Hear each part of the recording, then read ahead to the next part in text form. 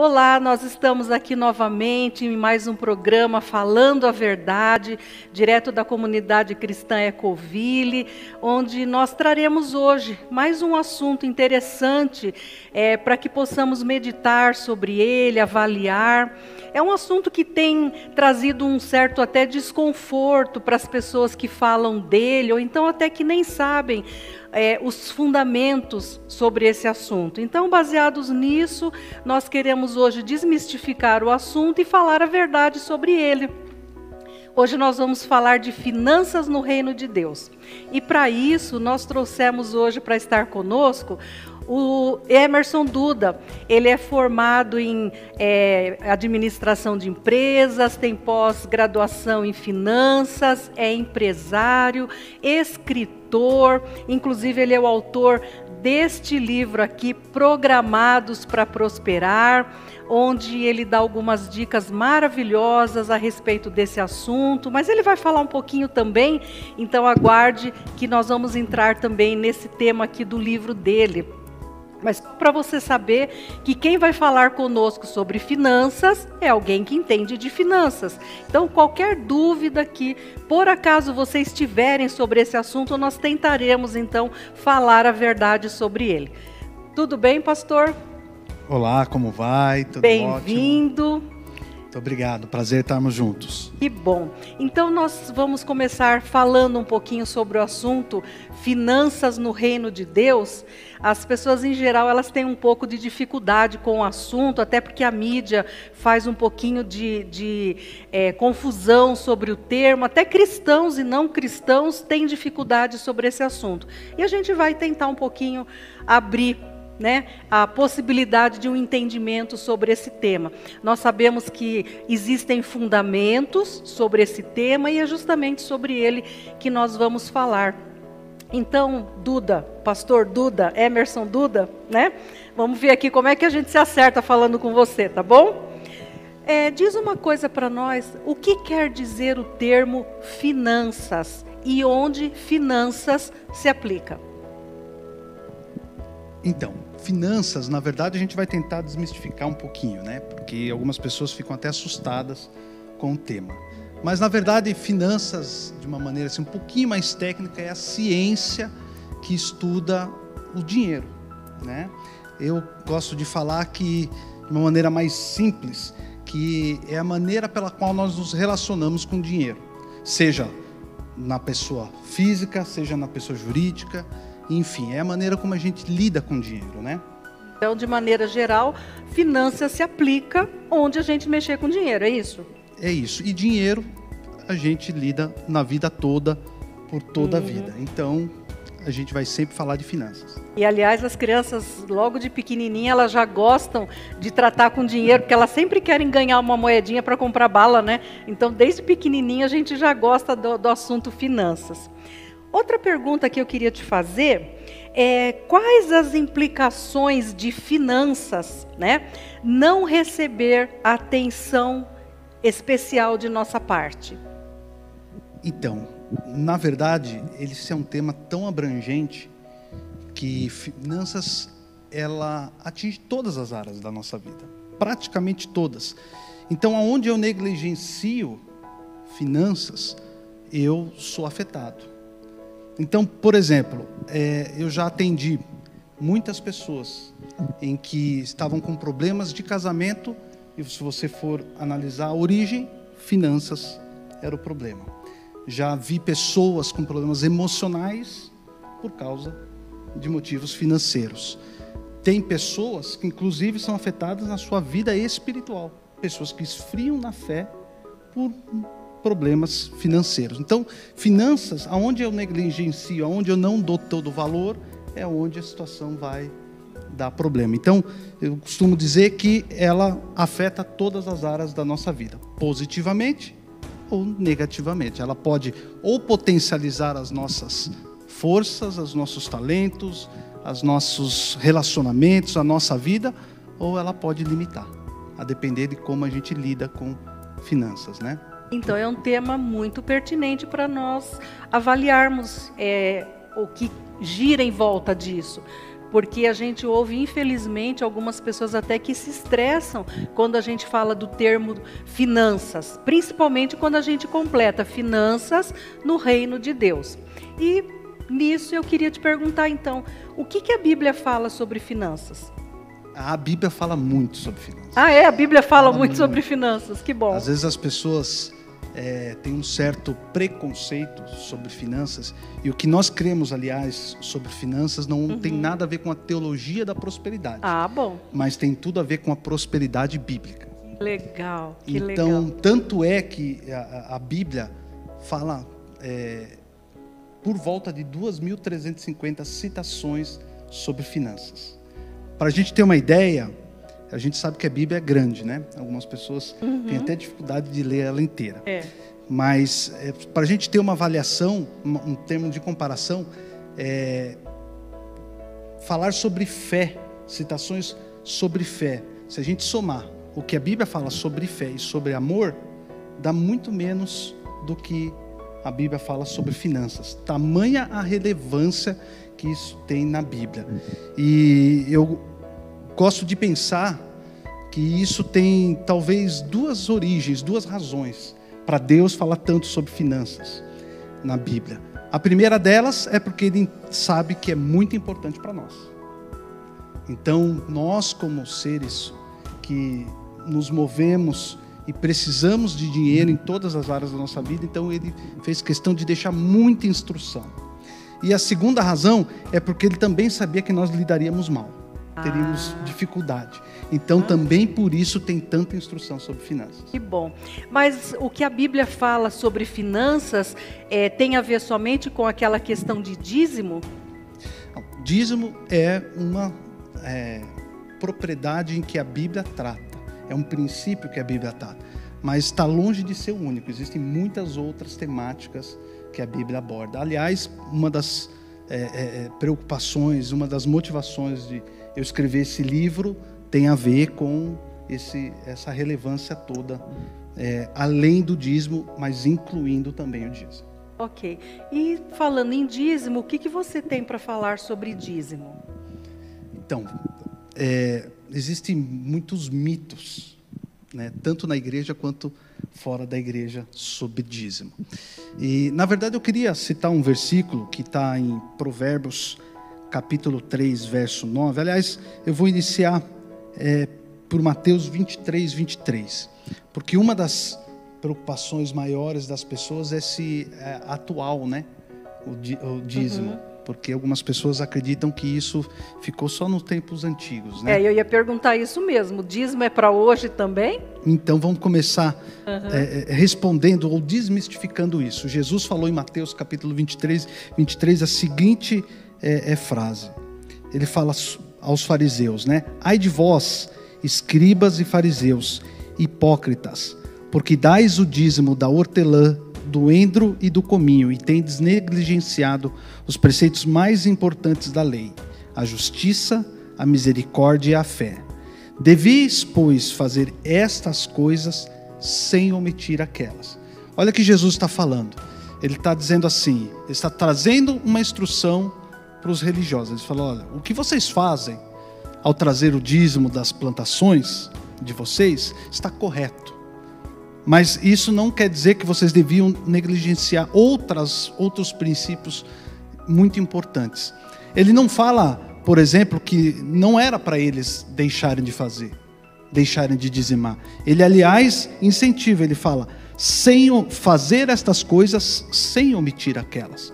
Então Jesus, ele traz um ensino de coisas relevantes que eles estavam abrindo mão de fazer, mas também reafirma que era muito importante eles continuarem fazendo aquilo que era bem feito, ou seja, o dízimo. Então, dízimo, Jesus está falando aqui já trazendo uma instrução para o tempo da graça. E em Provérbios 3, 9, falando propriamente do que significa dízimo, do que dízimo pode trazer de verdade para nós nos nossos dias, Provérbios 3, 9 diz assim, honra ao Senhor com todos os teus bens e com as primícias da tua renda, e se encherão fartamente os teus celeiros. olha só, dízimo, além de outras coisas, é uma questão de honra. Está falando no início do verso 9, honra ao Senhor com os teus bens. Eu queria dar um exemplo fictício. Você imagina que você é dono de um restaurante e chega nesse restaurante uma pessoa muito importante. Chega lá a rainha da Inglaterra. Ela veio fazer uma visita aqui no Brasil, passa por Curitiba ou passa pela cidade onde você mora, e você é dono de um restaurante e ela bate lá os seus assessores e fala: ela está vindo almoçar aqui no teu restaurante. O que você vai fazer? Você vai preparar, em primeiro lugar, a melhor mesa. Você vai preparar a melhor mesa para ela, vai fazer uma recepção excelente. Quando ela chega, você vai servir os melhores pratos. E muito provavelmente, quando ela pedir a conta para pagar, você vai falar assim: não, é cortesia da casa. Eu quero te honrar com esse serviço. Exatamente. Então, o dízimo tem a ver com essa honra. Honrar aquele que é importante. Dízimo não tem a ver com necessidade. Não é honrar aquele quem precisa, é honrar aquele que merece. Então, quando eu trago o dízimo ao Senhor, quando eu devolvo os 10% da minha renda ao Senhor, eu estou honrando. Mas também, dízimo é uma questão de prioridade. A gente vê no Antigo Testamento falar sobre primícias, sobre dízimos. Então, o apóstolo Paulo, ele fala em Romanos, capítulo 11, verso 16, a seguinte citação: se forem santas as primícias, toda a massa igualmente será. Está falando de prioridade, de o que vem primeiro. Quando eu consagro logo de primeiro ao Senhor as minhas finanças, eu estou santificando tudo que me pertence. Ou seja, os 10%, quando eu separo prioritariamente, primeiramente para o Senhor, todos os outros 90% que eu vou administrar com meus gastos, meus investimentos, as minhas despesas, automaticamente está sendo santificado. Quando a gente vê em Mateus 6:33, Jesus falando, entrega ao Senhor, busca a Deus em primeiro lugar. E aí então Ele irá supri-lo. Então, busca em primeiro lugar. Nós estamos falando de prioridade. Dízimo também é uma questão de honra, de prioridade, mas também é uma questão de, prioritariamente, de revelação. E a gente vai antes mesmo da lei, porque dízimo, algumas pessoas ficam receosas pensando que dízimo tem a ver com a lei mosaica, né? Recebida por Moisés e com toda a instrução. Ali, na verdade, ela foi apenas regulamentada, mas há uma revelação muito anterior. Por exemplo, a primeira vez que a Bíblia fala sobre dízimo, ela fala, é uma situação em Gênesis capítulo 14 com Abraão, quando ele tem um encontro com o rei de Salém, que é o que a Bíblia fala, o rei de Salém e Melquisedeque. Então, este homem, a Bíblia vai narrando nessa sequência ali em Gênesis capítulo 14, e Abraão reconhece, ele é abençoado por este rei. E este rei, então, após abençoar Abraão então oferece os dízimos a ele. Então, olha só que interessante, aqui é uma questão de revelação. Por quê? Porque este rei de Salém, Melquisedeque, ele é o que a Bíblia fala, é o que a teologia fala sobre alguém que tipifica ao próprio Jesus. Então, ele aparece como alguém superior a Abraão. E Abraão, então, tem essa revelação. Ali não teve ninguém trazendo uma lei para ele. Ele teve a revelação de que quem estava ali era o próprio Senhor Jesus. E que, então, ele, pelos seus despojos de guerra, pelo seu rendimento que ele teve naquele momento, ele entregou 10%. Então, dízimo também é revelação. E quando nós trazemos para os dias da graça, nós devemos lidar com o dízimo como revelação e não como obrigação. E isso muda tudo. Então, não existe conflito entre esse ensino a respeito do dízimo, especificamente, e o ensino de Paulo no Novo Testamento, quando ele fala, cada um contribua segundo o que propôs no seu coração. São ensinos paralelos, tem a ver a mesma coisa? Como é que a gente pode ver isso? Eles são complementares. Complementares. Porque o que acontece? A Bíblia fala sobre primícia, a Bíblia fala sobre dízimo, a Bíblia fala sobre oferta. Nós precisamos entender cada coisa, qual o seu significado. Obviamente aqui a gente não vai hoje não trazer esse ensino. Outra hora a gente pode trazer esses detalhes, porque eu creio que quanto mais a gente conhecer a verdade, menos armado, menos inseguro e mais tranquilos a gente vivencia a vida cristã e usufrui dos benefícios da obediência à vida cristã. Então, pastor, vamos guardar esse aí, a gente pode marcar um outro programa para falar sobre a questão das ofertas, mas a gente já entendeu pela tua resposta que uma coisa não briga com a outra, não são ensinos paralelos nem separados, mas eles se complementam. Exatamente. E Paulo fala sobre isso, né? E por que ele fala cada um contribui conforme está no coração? Porque nós devemos fazer a coisa certa da maneira certa. Então não é só dizimar, é dizimar com o coração certo, com entendimento e com desprendimento, com generosidade. Devemos ofertar da mesma forma. É muito interessante isso, porque nós lidamos com um Deus que não precisa de dinheiro. Ele não precisa que o tesouro pessoal dele seja recheado com notas ou moedas, enfim. Mas ele é um Deus muito generoso, e quando ele deixa esses princípios para que nós usufruamos dele, é para que nós venhamos usufruir de prosperidade, porque ele já é dono de tudo, ele não precisa, mas ele traz esses princípios para nós, não para ele, para nós usufruirmos. Interessante isso, né? Exatamente. Pastor, tem uma questão muito polêmica também, que eu creio que muitos que nos acompanharão aqui nesse tempinho para falar sobre esse assunto, devem ter aquela perguntinha lá guardada na ponta da língua para fazer. Quando é dado o dízimo, ou as ofertas, enfim, quando existe esse movimento dizimal, né? Para o bolso de quem que vai? Essa é uma boa pergunta, hein? Porque realmente é uma grande dúvida que as pessoas têm, né? Aliás, é uma grande confusão. E nós temos participado, né, da nossa igreja local. Cada igreja local, evidentemente, tem uma maneira de gerir, né? Mas, em geral, né, o que se tem, até como legislação, porque há uma legislação, né? Uma igreja é uma organização com um CNPJ que tem que prestar ali relatórios contábeis, tem todo um regimento, né, sobre isso. E, inclusive, o fato de ter um caixa próprio para a igreja. Então, a igreja ela tem o seu CNPJ, ela tem as suas contas correntes, e quem é o responsável por gerir isso é o tesoureiro.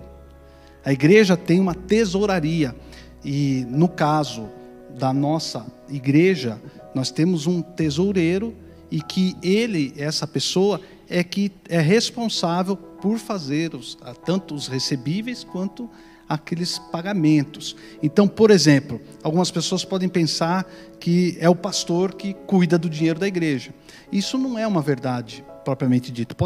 Existem casos que pode ser que um pastor ocupe a função de tesoureiro, mas isso não é a responsabilidade pastoral, do ministério pastoral, percebe? Há uma diferença. Então, o tesoureiro é que cuida dessas finanças. E um pastor, muitas vezes, ele tem a sua prebenda, ou seja, ele tem um salário pela função desempenhada naquela organização. Existem pastores, inclusive, que nem recebem essa prebenda, são voluntários. Tudo depende da relação de função. e não da questão ministerial desse pastor ou dessa pastora. Então, a relação é, o dinheiro entra para a igreja através de uma conta corrente própria, com relatórios que precisam passar por conselhos. Tem conselho deliberativo que vai regular como este dinheiro é gasto, investido. Tem o conselho fiscal que vai verificar se realmente o tesoureiro, a tesouraria, ela fez direitinho com aquele dinheiro, se foi uma boa gestora com aquele dinheiro. Então, é mais ou menos assim que funciona a estrutura dentro de uma igreja. E precisa ter escritório contábil que ajude, legalmente falando, é necessário que se preste contas, enfim, tem uma série de cuidados que uma instituição bem organizada precisa ter. Né? Então, as pessoas podem ficar tranquilas, pelo menos aqui na Ecoville, né? E eu sei de muitas instituições também muito sérias, né? Então, pode sim obedecer o princípio, pode entregar o seu dízimo, a sua oferta, que tudo será gerido de acordo, principalmente com os princípios bíblicos e também com as regras, né, humanas, as regras brasileiras a respeito desse assunto. Mas no seu livro, falar um pouquinho dele agora, né? Programados para Prosperar, ok? Ó, esse aqui é o livro do pastor Duda, que entende muito do assunto. Nesse seu livro, por acaso você fala alguma fórmula mágica, né? Para que as pessoas se tornem prósperas? Essa é recorrente, né? Aliás, é o que todos procuram, né? Uma fórmula mágica, mas Deus não é um gênio da lâmpada, né? Que a gente esfrega a lâmpada e ele atende os pedidos, né? Na verdade, o livro, eu procurei trazer um conjunto de princípios que, ao nós entrarmos debaixo da obediência, da revelação desses princípios, nós acessamos. Através da instrução desses princípios, nós acessamos, eu e você, todos nós podemos acessar o que Deus planejou para os seus filhos, que é uma vida próspera. É por isso o título do livro, Programado para Prosperar. Isso, aproveita e já comenta um pouco do seu livro. O que mais arde no seu coração a respeito dos temas? São 8, 9 capítulos? São 10 capítulos com 10 princípios. Então, dízimo é um deles. É um deles. Mas comenta um pouquinho aí, quais desses 10 capítulos que são os que mais ardem no teu coração? Como escritor, acho até difícil perguntar isso, porque deve tudo estar ardendo, né? Mas deve ter alguma coisinha assim que você tem um gosto maior em falar sobre esse tema. Então, fala um pouquinho para nós do seu livro.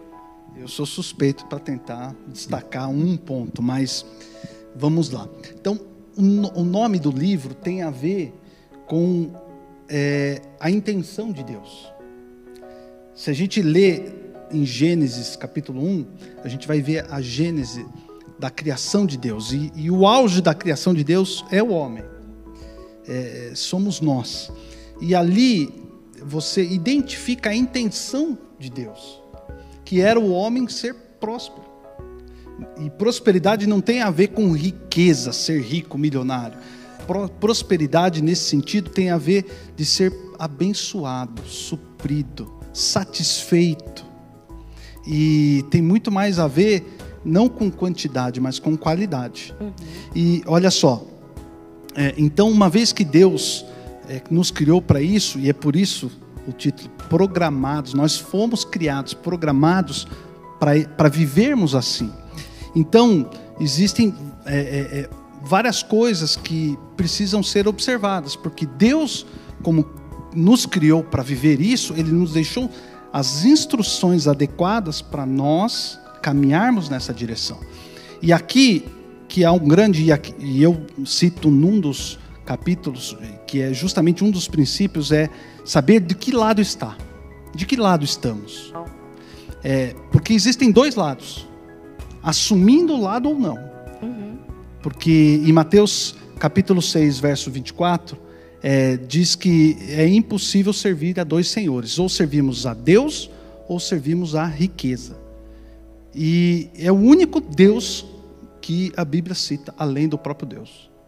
é a própria riqueza. Então, ou o ser humano ele está servindo a Deus, ou ele está servindo a riqueza. Não há muro nesse caso. E nesse serviço não tem necessariamente a ver com quantidade de dinheiro. Porque eu já conheci várias pessoas que ficavam muito empenhadas em ter, mas a condição delas não era de rico, mas elas eram tão aferradas na questão de ter, que negligenciavam várias coisas. Então, realmente, o Deus delas era o dinheiro, a posse, ou então trabalhar mais, ou então guardar, armazenar notas, né? Eu conheço pessoas que guardavam dinheiro no colchão, literalmente falando, mas elas não usufruíam daquilo. Então não é prosperidade, porque não usufrui não é prosperidade, mas é ganância, enfim, incorre em outras consequências, né? Perfeito, é isso mesmo. E uma vez então que existem esses dois caminhos, existem duas maneiras de adquirir finanças, de adquirir dinheiro, duas maneiras de gastar, de investir. Uma no reino de Deus e uma no reino das riquezas. E essa riqueza citada em Mateus capítulo 6 é a personificação da riqueza. O termo, a origem desse termo, ele indica como o próprio Mamon, que é o Deus da riqueza, que é um escravo, um servo de Satanás, um príncipe de Satanás. Então, o que isso nos leva? Ou nós estamos debaixo desses princípios que regem o reino de Deus, este reino onde Deus é o Senhor, ou, querendo ou não, sabendo ou não, nós estamos lidando com as nossas finanças apenas secularmente, apenas como o mundo entende e conforme as regras do mundo, e o príncipe desse mundo é o mesmo príncipe da riqueza. Então, cada reino tem o seu código de conduta, tem os seus princípios. A gente sabe muito bem, ingenuamente, a gente pode até rapidamente pensar assim: então quer dizer que se eu seguir os princípios de Deus, eu vou ser próspero, e se eu seguir os princípios de Mamon, não é bem assim, porque a gente seria ingênuo, mais uma vez, se a gente olhasse para a humanidade e falasse: pô, ninguém tem dinheiro aí fora. E não é bem assim. Não é bem assim. Existem muitas pessoas que são muito ricas, mas conforme o padrão de Mamon. Então, nós sabemos como é que estas pessoas adquirem esse tipo de riqueza. E a questão de observar os princípios pelos quais as pessoas se movem. Claro, exatamente. Então lá tem um conjunto de regras. Dificilmente você vai adquirir muita riqueza se você não tiver alguma ligação com corrupção, com sonegação, com ganância, com princípios deste reino. E no reino de Deus não funciona assim. Você precisa conhecer quais são esses princípios. E esse é o intuito de escrever de uma forma didática o livro, para que nós todos possam, de uma maneira mais simples, conhecer a verdade, para que a verdade possa nos conduzir nessa maneira. Às vezes, eu gosto de comparar da seguinte forma: como um bom cozinheiro fazendo um bolo. Muitas vezes a pessoa quer fazer o bolo e ela não é uma boa cozinheira. Então ela pode errar no ponto, deixar assar mais, deixar assar menos. Ela pode não conhecer todos os ingredientes. Então, se você for fazer um bolo, e a confeitaria ela é bem mais precisa do que o outro tipo de comida, né? Então, se você errar as proporções, não vai sair um bolo. Então, eu preciso conhecer todos os ingredientes e saber a dosagem, o tempo de cocção, a quantidade, para que eu possa, no fim, ter um bom resultado. E é assim que funciona no reino de Deus. Eu preciso conhecer a vontade, o que Deus planejou, e saber como trazer isso para a minha vida, para então eu colher no tempo oportuno. Aí, uma pergunta também que é recorrente: bom, mas se os dois caminhos podem levar à prosperidade, por que eu tenho que escolher então o caminho mais difícil, digamos assim, a porta estreita? Por uma simples e única razão: o reino das trevas também pode dar riqueza, mas ela só dá riqueza com um objetivo: afastar de Deus. Então, se eu alcanço riqueza pelo padrão do reino das trevas, eu estou me afastando de Deus 100% das vezes. Porque você tem que dar conta para quem você está obedecendo. E eles cobram bem, viu? As trevas só vai te mostrar um caminho que vai te afastar de Deus.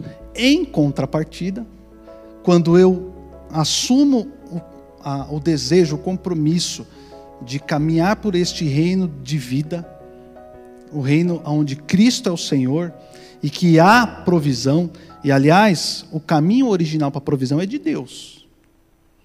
As trevas, o diabo, ele só vem profanando a verdade, porque a origem da provisão é de Deus. Deus é o criador de tudo, de todas as fontes de riqueza. Então, quando eu assumo e retorno ao princípio, eu tenho o benefício de me aproximar ainda mais. Então, é isso que acontece com quem caminha provido por Deus. Ele, além de ter a sua provisão pessoal, ele passa a ter também mais relacionamento, intimidade, conhecimento do próprio Deus. Interessante, a gente falou semana passada sobre a questão de espiritualidade, né? Sobre o princípio do adultério, as consequências do adultério, né? E a gente percebe agora que neste caso também a gente precisa entender que os princípios da palavra trazem muitos benefícios, ainda que pareça que é um assunto estranho, porque falar de dinheiro na Bíblia parece que não tem nada a ver com o espiritual, mas a gente percebe que uma boa espiritualidade tem a ver também com os princípios sobre finanças, né, bem aplicados. E sendo assim, pastor, a gente ouve falar também, então se já que dinheiro pode ser um problema, enfim, é mal a gente falar de dinheiro, é mal ter dinheiro, é mal usufruir de finanças? Então, esse também é uma outra coisa que precisa ser bem contextualizada, porque muitas vezes, e até algumas pessoas perguntam assim, mas o dinheiro é a raiz de todos os males. Não. O que a Bíblia fala é que o amor, o apego ao dinheiro é a raiz de todos os males. Então, mais uma vez, o ponto não é falar sobre dinheiro, não é pensar sobre dinheiro, o ponto não é ter o dinheiro, a questão é ter ele como um Deus. É como eu lido. Então, o dinheiro ele pode ser muito bem, pode ser uma bênção, mas também pode ser uma maldição.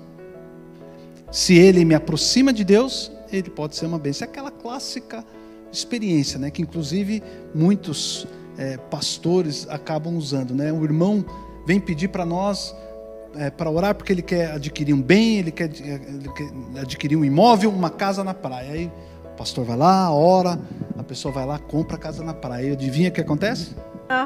A pessoa não aparece mais no culto domingo para usar da casa da praia. Porque então, precisa usufruir dos bens, né? Esse é um exemplo clássico, né?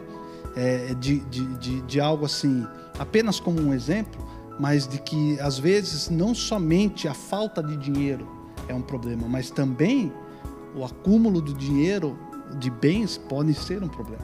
Por isso que conhecer os princípios a respeito desse assunto é tão importante, porque a gente vai se tornar equilibrado. A gente vai ter quantidade, vamos dizer assim, financeira, vai ter volume financeiro, mas vai saber administrar de tal forma que uma não vai anular a outra. Então, a minha vida espiritual, ela não pode ser afetada porque eu tenho muitos benefícios. Então, tem que haver um equilíbrio sobre isso.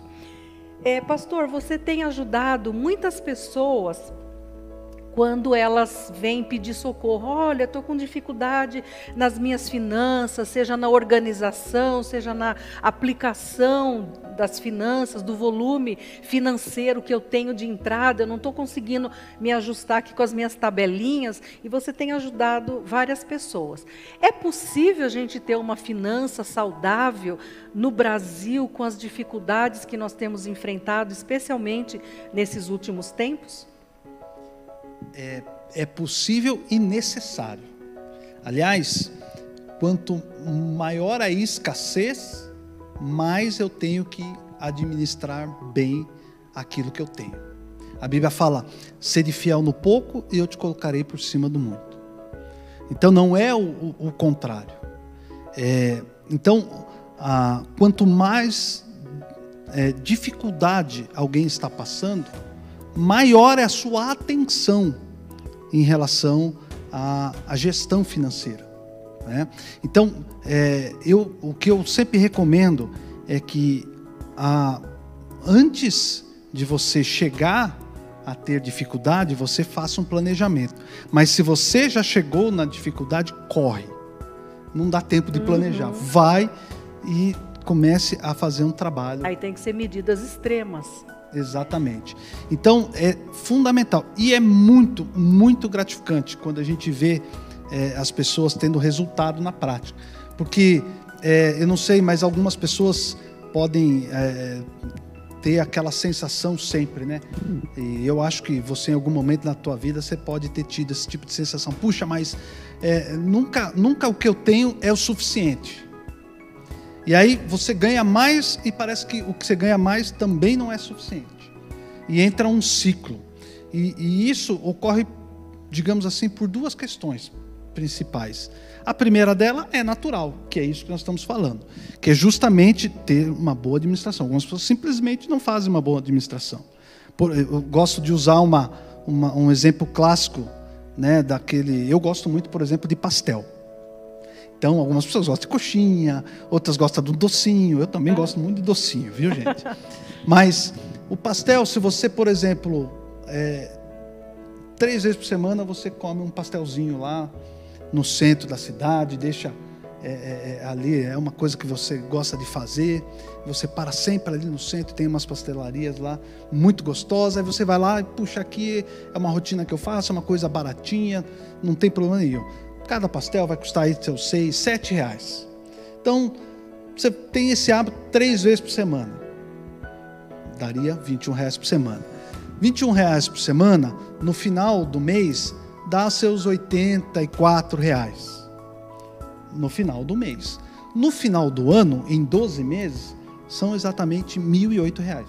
Isso se ficar só no pastel, né? Só o pastelzinho. Porque aí pode querer ter um refrigerante, um suquinho, aí o negócio vai aumentando. Então veja como é muito viável. Você pode falar assim, 7 reais, não vai fazer muita diferença. Mas se você olhar do ponto de vista médio prazo, 1.000 reais, eu tenho certeza que para a maioria das pessoas vai fazer diferença. Então, se você tem passando por dificuldade, é fundamental você ter esse tipo de gestão, porque nas pequenas coisas, muitas vezes, é que está ali a sangria. Então, esse é um ponto. Às vezes, é uma questão natural mesmo, né, de má gestão. Mas também há uma questão espiritual. Né? A Bíblia fala em Malaquias 3, capítulo 10 e 11, sobre o devorador. E muitas vezes tem o ponto de vista espiritual também. E aonde o devorador, ele realmente parece que tudo quebra, você tem que toda hora estar buscando consertar alguma coisa, sempre está correndo atrás do prejuízo. E é um ralo, parece. Então, a gente precisa conhecer, discernir e entender que se nós estamos com dificuldade, ela pode ter uma dessas duas origens, ou, normalmente, as duas origens. E quando a gente vai falar, vai instruir, e no meu livro eu procuro ter ser completo nesse nível de instruir questões naturais e questões espirituais.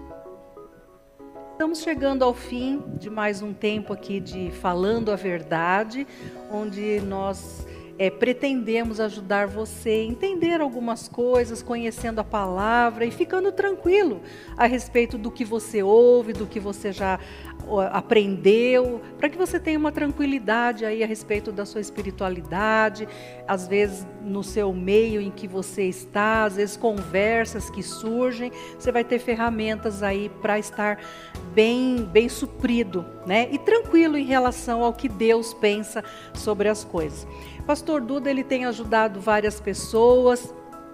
Se você precisar de alguma orientação, você fala assim, pastor, olha, estou vivendo uma situação complicada na área das minhas finanças, será que você pode me ajudar com alguma coisa? vai aparecer um telefone para contato, marca um horário, ele vai te ajudar. E se for o caso de uma consultoria, se precisar de um investimento melhor nessa área, ele vai te dar as dicas de como proceder então com essa consultoria, ok? Pastor, muito obrigado, foi um tempo especial. Que esse tempo que nós tivemos aqui nos ajude daqui para frente, tanto conhecendo os princípios aqui, porque já que fomos programados para prosperar, então botando os princípios em ordem não vai ter dificuldade. Então que esse tempo que nós passamos nos ajude, obrigado pela tua presença aqui e até uma outra hora. Eu sou a pastora Rosa, da Comunidade Cristã Ecoville, e eu agradeço a sua atenção.